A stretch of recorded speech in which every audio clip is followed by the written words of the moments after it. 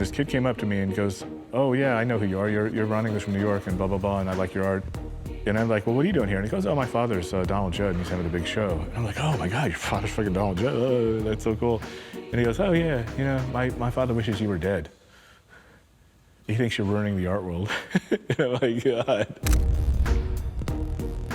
It was the 80s. I was doing these fabricated to be photographed things. I was doing the billboards.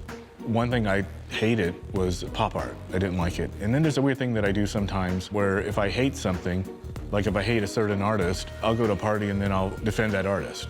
So I find it's interesting to sometimes take on the opposite view of something just to see what it feels like. So I really didn't like pop art. I thought it was facile and stupid. And so I decided I'm gonna be a pop artist. And that's how I got into pop art. Well, a lot of times I'm just playing, you know, I'm like, what would the cartoons look like when they're old? Or what would it look like if you really did stick them under the water and they shriveled up? Or, you know, sort of taking them out of their context and giving them like more of a reality, you know? But I think you have to go into things clear-headed, and you have to understand what it really means. Like if you decide you're gonna be political, you're gonna lose customers because, I mean, I got dropped from a gallery because I'm doing all this anti-McDonald's stuff, and he's like, "Look, I got hundreds of thousands of dollars invested in McDonald's, and then you just spend all your time making fun of them. And they make me more money than you do, dude, so bye," you know? I do things on the street, very few things illegally. And that's kind of a weird thing. You know, I talked to the universe and I said, "Look, you know, if you give me giant free walls, I'll quit doing these crimes," you know? It's like a thing. And so the tide has turned and, you know, the outlaw's now an in-law, I guess. The way the police sometimes deal with you is like they'll catch you for doing something they won't tell you. Then they'll just keep racking it up. They'll document. So when they come after you, they'll have like 100 felonies.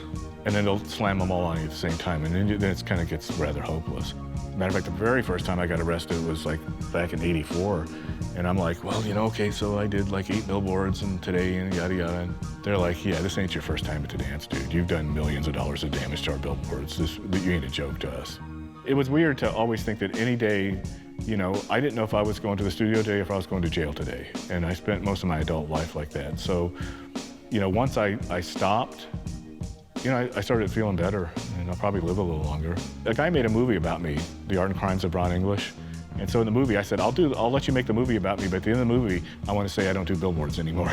Of course, the next day after we were done filming, I went and did billboards. The weird thing about art is that during the process, people usually aren't that excited about you doing it. They would rather you be doing something else. So it's weird. It's like you have to sort of be like what they call self-actualized, and like you're going to do what you're going to do, and then everybody else is going to like deal with it. If you listen to everybody else, you'd be a slave.